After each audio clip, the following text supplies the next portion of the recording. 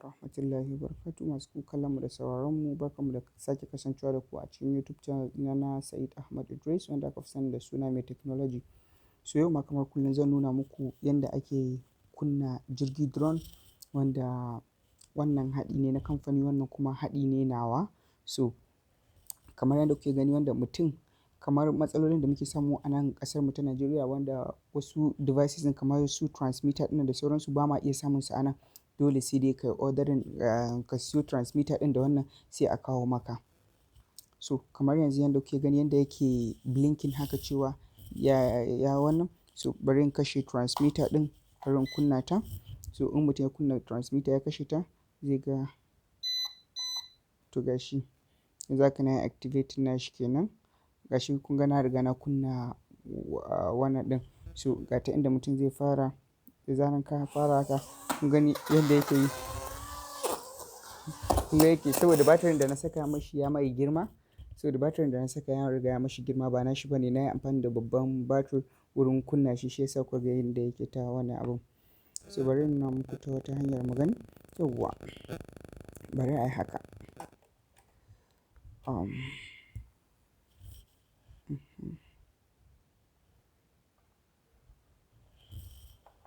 Okay. To.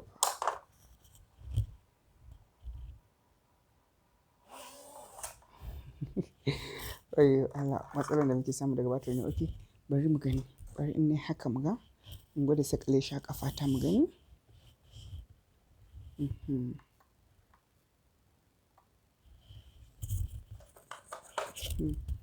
Yau na riga na maƙale shi a ƙafata.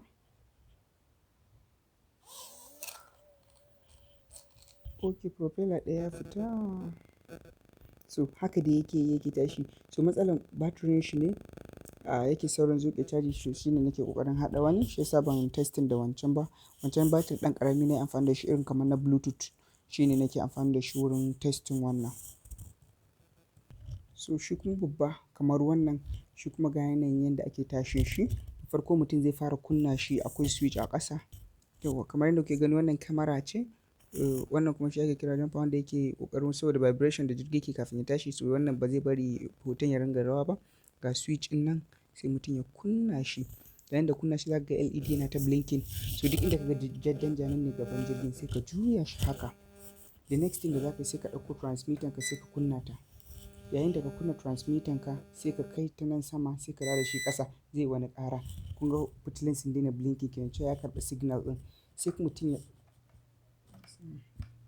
mutum ya zo jikin transmitter ɗin nan haka, sai ya ɗauko wannan angle ɗin ya kawo ta haka, sai ya ɗauki wannan ma ya kai ta nan. To kun ga ya fara juyawa. So daga nan kuma sai mutum ya tashe shi sama haka. Kamar haka da kuke gani. Kun gani? Oh God.